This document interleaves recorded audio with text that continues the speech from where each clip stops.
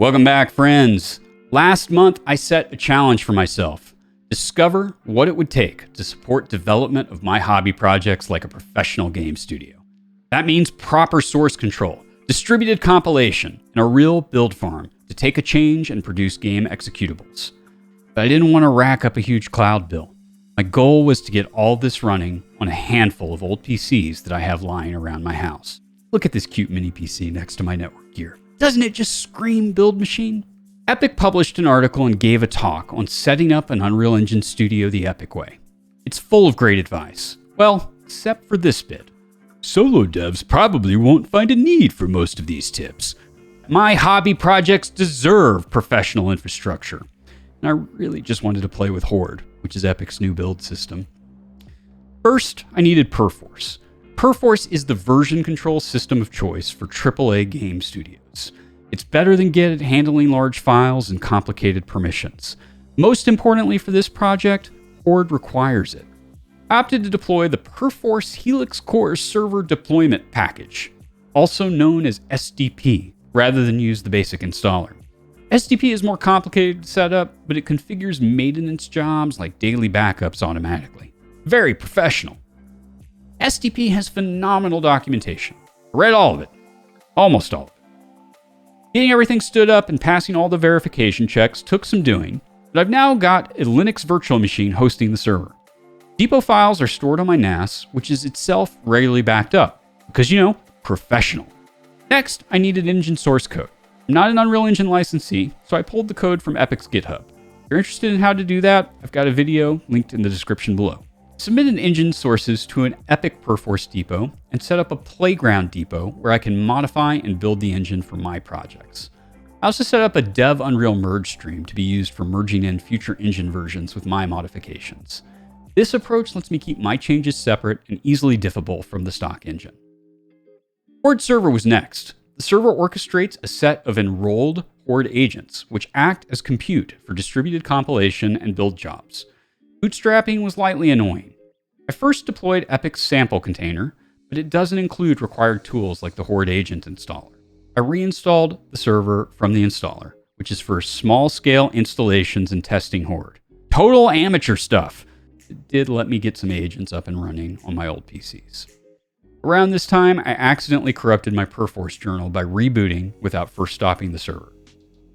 Sorry, what I meant to say was I intentionally tested disaster recovery readiness before going further on the project, because I'm a professional. Lesson learned, call P4 admin stop before rebooting. With Perforce healthy and my agents enrolled, I was ready to test distributed compilation via Unreal Build Accelerator. I installed Unreal VS, which is a Visual Studio plugin that Epic ships with engine sources, and configured my machine to point at my Horde server. I don't have a powerful compilation machine at my house, but I do have a bunch of old PCs. With UBA, I can put all of their cores to work compiling my code. I also set up the UBA cache server, so I don't have to rebuild source files that haven't changed, even if I've cleaned my project locally. This reduced my full editor compile from around 26 minutes to 2 minutes with a fully hot cache. Absolutely massive improvement. Locally kicked builds were looking great, and it was time to actually set up the continuous integration pipeline. Horde is configured with a handful of JSON files. There are settings like what Perforce server to connect to and definitions for projects and streams, which show up in the web UI with their build jobs. Those jobs reference files that are written in BuildGraph, which is an XML-based scripting language that's interpreted by the Unreal Automation tool to actually execute the build steps.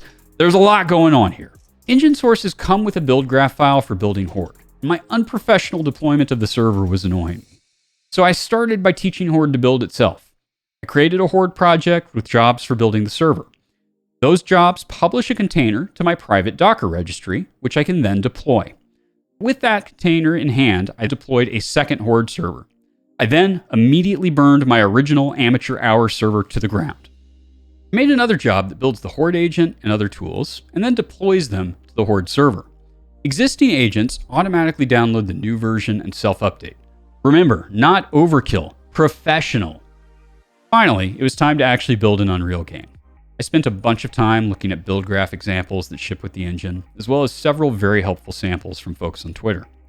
After a bunch of tinkering, I ended up with jobs for nightly builds that build the editor, the game client, and the game server on development, test, and shipping configurations. My continuous integration job just builds the development target, but it runs automatically after every change. Buddy builds let me build any set of artifacts from a Perforce shelf without first committing to source control. This is useful if I have something that I want to test before I check it in. Here's the full workflow in action. I make and submit a change. Horde pulls Perforce every minute and notices the change. The Horde server kicks off a CI build. The CI build syncs the change and coordinates across available Horde agents to compile the editor, the game client, and the game server. Then the farm cooks content for both the client and the server, packages the cooked content with the binaries, and stores the final result in Horde's artifact store.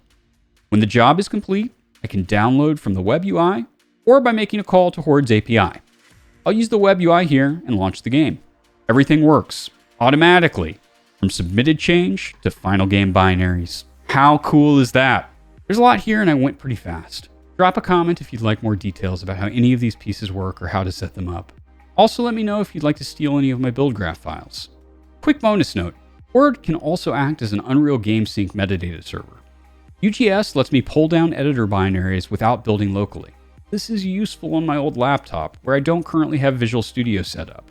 I can still fire up the editor and make a quick blueprint change from bed. Again, very professional. That's it for today. Until next time, friends, be kind to one another.